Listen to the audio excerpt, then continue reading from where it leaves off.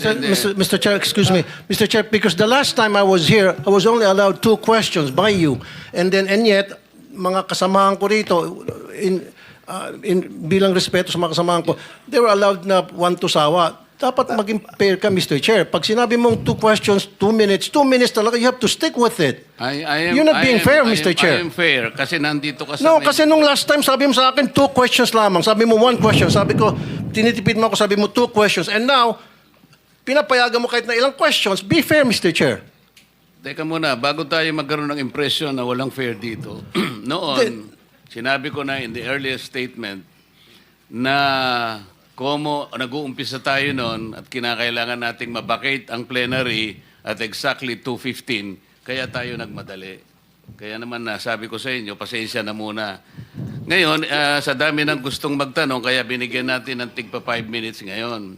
Kaya lang, I am following a schedule here. Ito pa yung nandito kung wala na si Senator Marcos, tapos ka na. Mr. Chair. Mr. Chairman, Chair, I akala ko made po the ako yung motion, sunod Mr. kay Chairman. Senator I De have La a Rosa. pending motion, Mr. Chair. I second the motion. And Hindi, duly kasi seconded, Mr. tapusin Chair. muna natin yung bitin na kasi hindi tayo, na para tayo nagpapatintero, Madam Kowa eh. Ang tinatanong napakasimple lang, paano yung inaudit yung ghost? Bago po bayaran ng COA yan, pipirma ang resident auditor.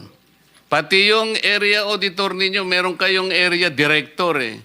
Ibig nyo sabihin na bayaran ito nung walang pumirma na auditor? Your Honor, ganito po yung procedure natin. Wala na po tayong pre-audit, kaya po ang nagbabayad ay ang pumipirma na lang po. Wala akong Mr. pakialam sa pre-audit. I'm not asking you about the pre-audit. Meron kayong post-audit eh. Yes, Your Ito Honor. nangyari, ghost project eh. Opo. Tapos na tapos pero walang nangyari.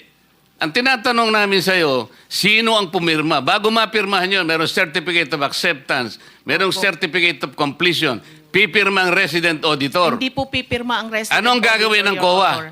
Post-audit nga lang po. Kaya po... Ano nga yung post-audit? In your charter, Opo. magkaintindihan tayo. Ito yung inyong charter, sample of services listed in COA Citizens Charter. Financial audit, performance audit, compliance audit, fraud audit, special audit, notice of disallowance, notice of charge, notice of suspension. Among these, alin ang akma doon sa performance ng contract? Opo. Nasaan kayo? Papasok po siya sa compliance, sir. Sus Mariosep, Opo. wala nga ang compliance eh. Ganito po, Your Honor, marami pong observation ng mga auditors natin pagdating po sa compliance nila sa procurement. Sinong mag-a-avail ng compliance? Sino yung auditee? DPWH po sa case po natin ngayon, Oh. Your Honor. So anong nangyari? Marami pong observation ng mga auditors natin, sir, pagdating po sa compliance nila ng 9184. Kapag ba ang chairman mismo pumunta rito, he can present better questions than you, answers than you? Pareho lang din po yung isasagot, Your Honor. Kasi ganun Pareho po yung proseso isasagot. natin. Opo. O, sandali lang. Let us follow the... Mr. Chair. Mr. Chairman, Mr. Chair. I'm now being tempted to raise a point of order, Mr. Chairman. I made a motion duly seconded, Mr. Chairman, kasi nga kung... to subpoena, Mr. Yeah. Chairman, today, Mr. Chairman. I'm asking it today because they said they if will that finish will it help us, today. okay. Any second? Second. Yeah, it was already seconded, Mr. Oh, Chairman. there's a motion and there's second. The motion is approved. Then let's Thank you, continue Mr. with the questioning. Mr. Chair. Sir, kasi yung 5 minutes ko, maraming sumingit. Last na lang, isa lang. Hindi kasi maigsi. hindi na makakaano itong mga kasama natin. With the permission of Senator Tulfo. Senator Tulfo, maigsi lang. Maigsi lang. Ha? Di ba, Mr. Chair? Kasi ang ako sabi ng, susunod? Mr. Chair, sabi ng COA, Teka muna, with the permission of Senator Tulfo. okay lang? Clarification, Mr. Chair. Akala ko po ako yung Oo nga, kasunod kayo na po ang ni susunod. Senator Kaya De La lang, ang Rosa. daming ayaw pang bumitaw. Wala Hindi, tayong hindi. mga- Hindi ho, Marami naghihintay kayong naman po last ako. na to, last. Tinatanong ko lang Oh, po yung last. sequence. And then Salamat, last, Mr. and then Chair. Senator Risa. Salamat, Mr. Chair. Pagkatapos wala na si Senator Amy, Senator Rapi. Yeah. Sandali lang, ikaw na muna. Thank you, Mr. Chair. Mr. Chairman, considering that this representation is part of the leadership, Okay. Yeah, priority, can we find priority, out, Mr. priority. Chairman, Okay, okay. The list of... Last question, then Senator Risa. Wala na si Senator Marcos, Senator Joel, Senator Rapi. Senator Robin, magkano ka? Senator Robin. And then Senator Mark. Okay. In that order. Thank you, Mr. Chair. Proceed, sir. Proceed. Ma'am Kuya, sabi mo kanina, kaya hindi pa kayo nakapag-file ng kaso dahil itong mga ghost projects na ito ay 2025 nangyayari. Am I correct? At you need time para Sir, for makapag-file ka. clarification, isa po doon sa mga ghost projects na na-mention, sir, ay 2025. Pero sa iba po, hindi ko po masigurado kung anong taon. Okay, ganito.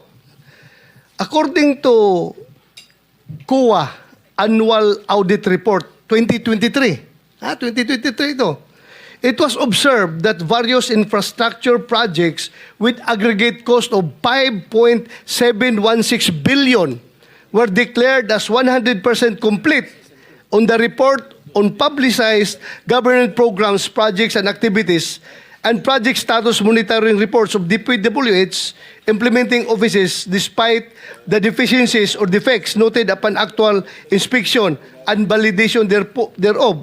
Ibig sabihin po, sa regular annual audit ng COA, nakikita na ang mga mali-maling report ng District Engineering Office ng DPWH. So itong mga 2023 na mga problema, wala pa kayo napailan ng kaso nito? Your Honor, yung iba po dyan kasi, kinorek na nung contractor yung mga noted deficiencies. Yung iba naman po, nagbayad na po yung mga persons liable. At doon sa mga nakorek, kahit nakorek po, meron din pong mga pinataw or nakolektang liquidated damages po. So, meaning, wala talaga nakasuhan kasi naayos nila. Naayos nila ito lahat. Kasi 5.716 billion pesos na projects. Sabi, maraming deficiencies. Tapos, Po yung wala total- nakasuhan. Yan po yung total contract cost, Your Honor, yung 5.7. Yes. Opo. So, wala nakasuhan ito.